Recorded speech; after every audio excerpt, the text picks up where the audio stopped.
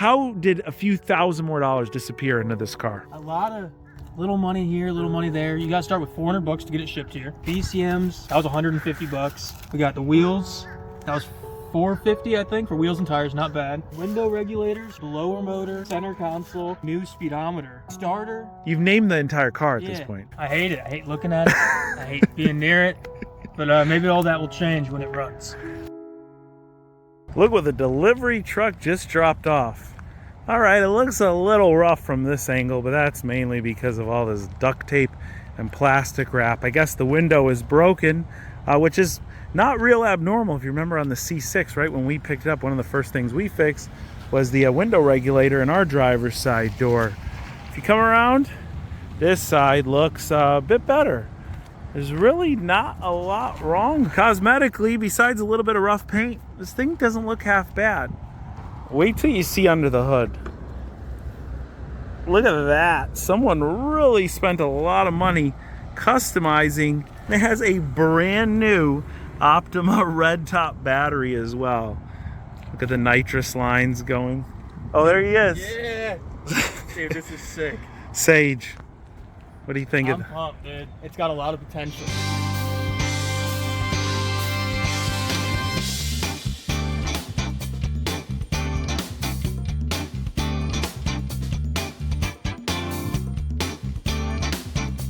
I'm sure you all have seen this show before, and you probably already know how it will all play out. And while I promise this story is entertaining, I still feel bad for my friend Sage. Now, as long as I've known him, Sage regularly mentioned that his dream car is the C5 Corvette.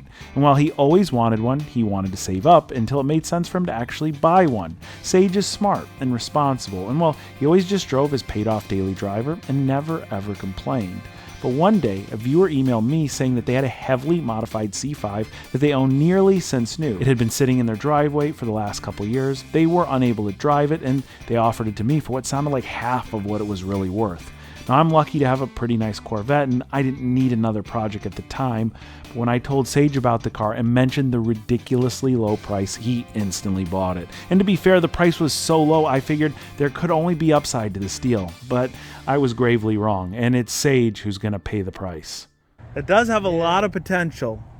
There's some things I really like about the modifications. And there's some things that, you know, a little questionable. A little questionable, like these right here. I'll probably get rid of those. Yeah, these are a little different, but no, dude, she looks nice. It looks cool. It does look cool. Wait till you see the inside. Complete custom interior, nitrous bottle. Yeah. I think you're a little too young for a nitrous bottle. For real. I don't know if my insurance would like that. You have insurance? It's not bad, right? Not bad, no. I've seen a lot worse. Yeah. Dude, this is nice. Yeah. No, the mods like the gauges right here. Yeah. The steering wheel. I guess that's just like someone just stitched that over that. But the seats clean up real nice. I mean, they're already in really good shape. No rips or anything like that. Yeah.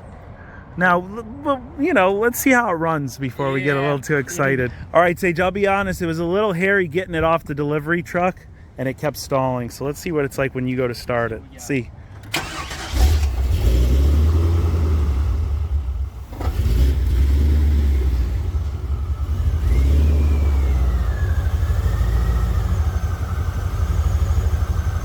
It's definitely missing a little bit, but it's running. Yeah. Yeah, we can figure that out.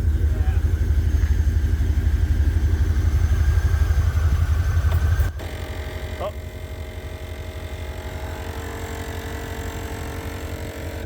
Well, that was weird. Yeah. It sounded like a really, really noisy air compressor or something rubbing against something. Did you hit anything in there? No. What was that? That was really strange. Oh, let's see here. See, there's coolers everywhere. Wow.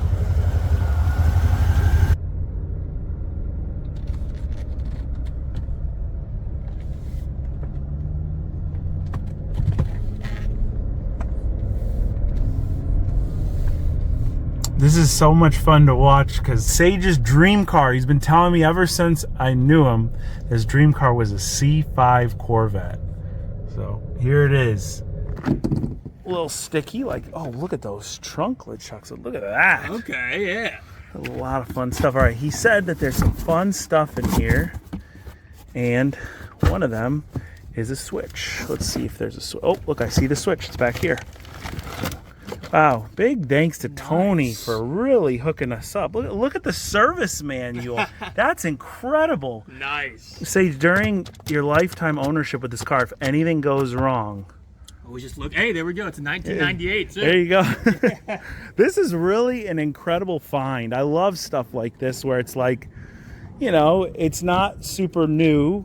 It's still super flashy, but it's got a ton of character. It's got a great story and came with a bunch of parts. Well, it turns out there was a lot more to this story than we were ever let in on, and the amount eventually spent on additional parts is what turned this entire deal upside down, not to mention the cost for a full 2-stage paint respray. We're bound to lose well over $1,000 on the C5 Corvette, but there is a bit of good news here, and that's that our business has saved a ton this year alone by using Stamps.com for all of our shipping necessities. Because Stamps.com offers the same services as the post office, but with rates up to 84% off UPS and USPS. It's never been easier to create your own postage. Just enter your shipment details, choose your service, and hit print. And with their mobile app, you can be traveling afar or just under a car and still quote a shipment, order supplies, schedule a pickup, and even generate a label, all with a few taps. And if you operate a web store, Stamps.com seamlessly connects to all the major online marketplaces and shopping carts. Whether you're shipping a letter or a long tube header, you're bound to get the best rate over at Stamps.com/Samcrac.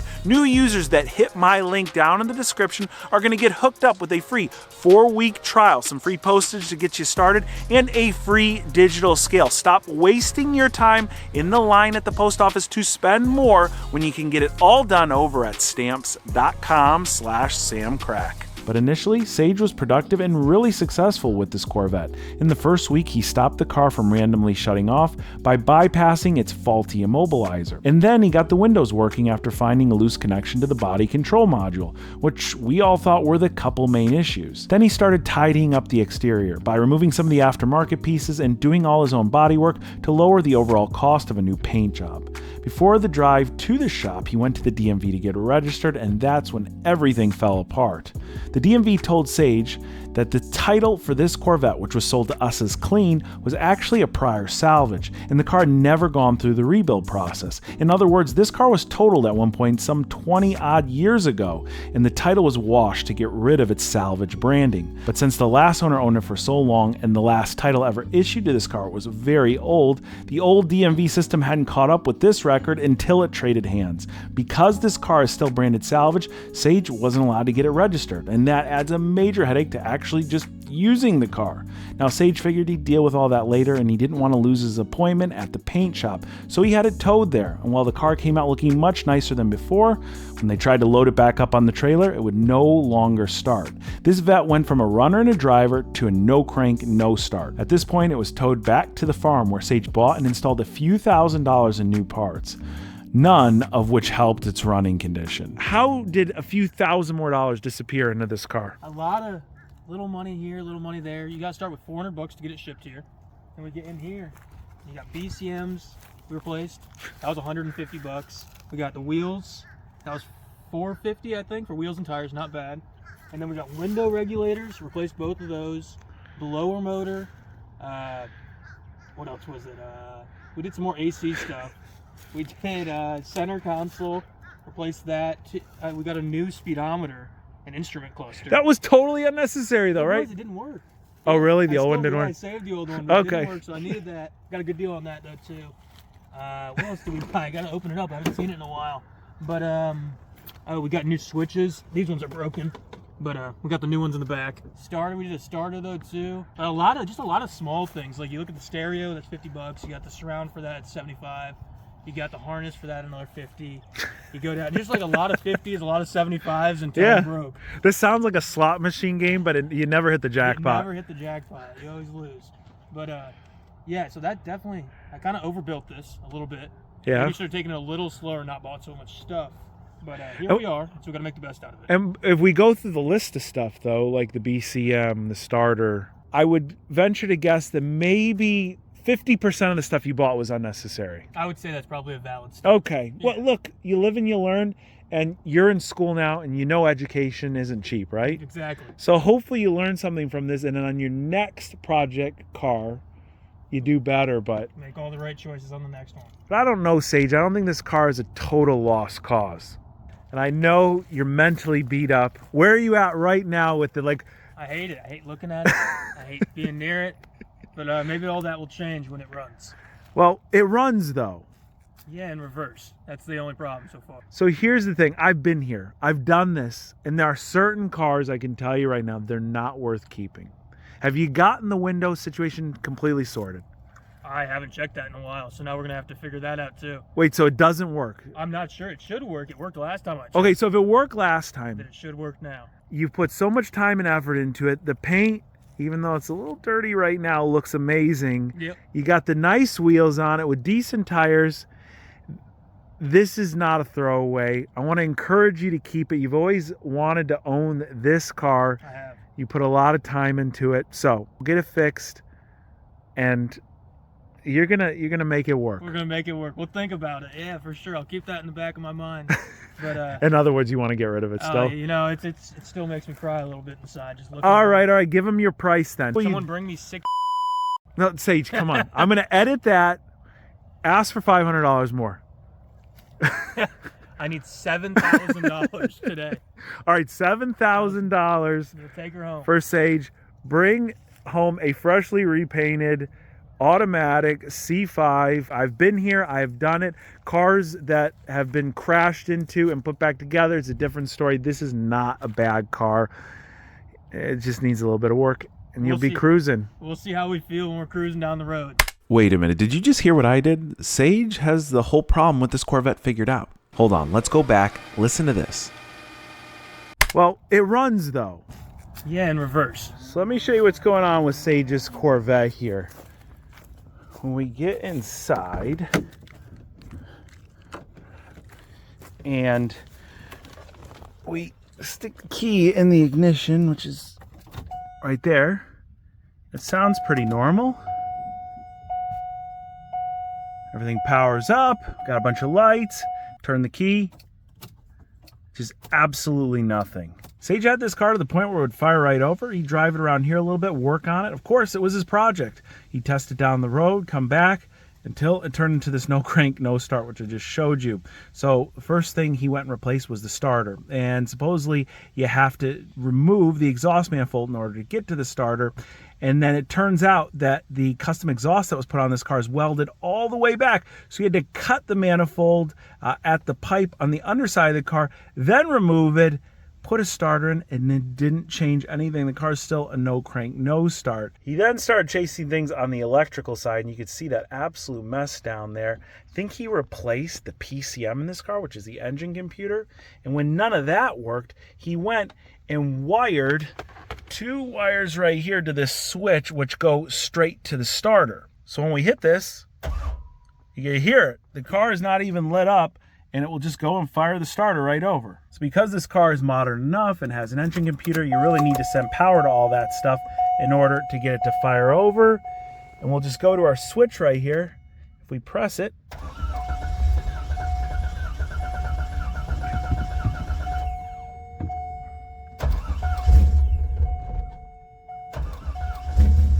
oh, you see what's happening?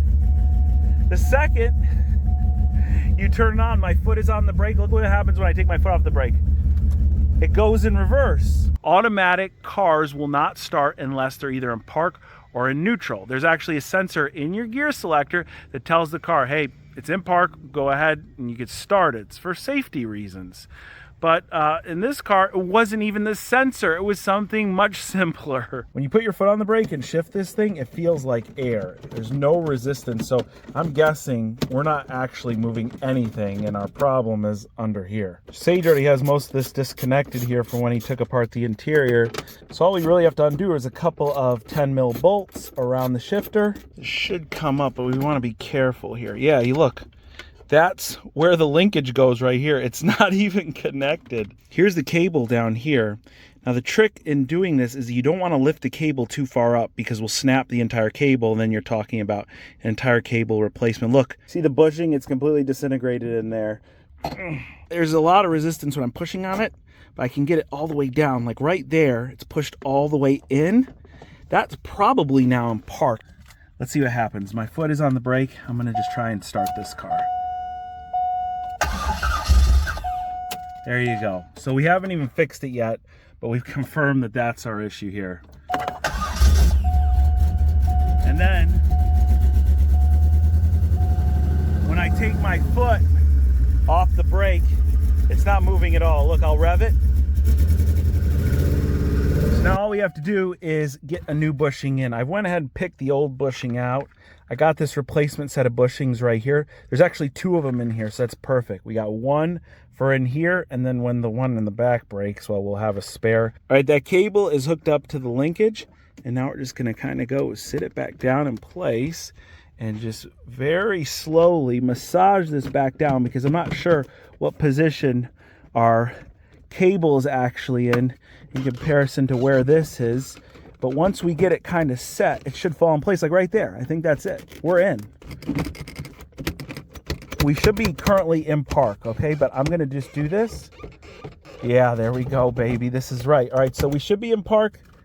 If we did it right, key back in the ignition. What do you think?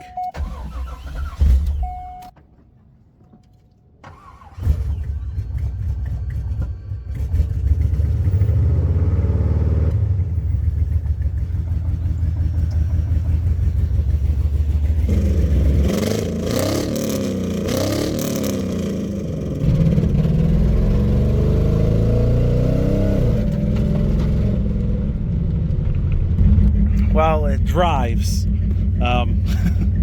Can't say it drives that good. It reminds me a lot of the C4 we had recently that was sitting for so long that the fuel system was all gummed up. It's definitely misfiring quite a bit. I better shut it off before these leaves catch on fire. With the car now firing over, I gave Sage a quick video call to show him it moved out from under the tree it was parked under for the last several months. The pep talk I gave you earlier, I'm kind of taking that back. Maybe, you want to dump this thing? It's not a lost cause. There's a good amount more work that needs to be done. So what are you thinking, Sage? What's the final word? You gonna dump it? I think we're still gonna dump it, but I'm gonna get her cleaned up, looking nice. Get it cleaned up. It goes into gear. You can move it down the street. You can show it to people now. Yeah. Sometimes we take a loss, but we learn a lesson. There you go. We got a running Corvette. Money. That's all all right. I do. Good luck with your homework. Graduate. That's more important anyway. I appreciate you, Sam. Now, for all you guys and gals who live this same scenario, I want you to drop your story down in the comments. As for Sage, I'm sure he learned a lot through this, and even though it's inevitable that he'll lose a bit of cash, he'll gain a lifelong experience that's bound to get him further next time. And next time couldn't come any sooner, because I heard there was a perfect project sitting at the nearest salvage yard. This is definitely the right color, and the damage looked pretty tolerable. We're looking at the front here, and it literally looks like the bumper and the fender is missing. Now, it's a Z06, so it's a little wider, and so I'm guessing that's going to cost a little bit of money to get those parts. So this car, if it wasn't damaged with only 40,000 miles, these would probably be 22, 23. Yeah, exactly. And so you got to figure you could buy one with some more miles on it for around probably in the mid to upper teens, which means you got to pick this one up for like 8. This would be a great project. Yeah, there's nothing else wrong with it, man. Look at this. This is sweet. Let's see, is the door open? Oh, yeah. 37,000 miles, really low miles. Oh, the interior's nice and clean. Oh, that is low miles. It smells good in here, Sage. It does, dude. This is just like mine.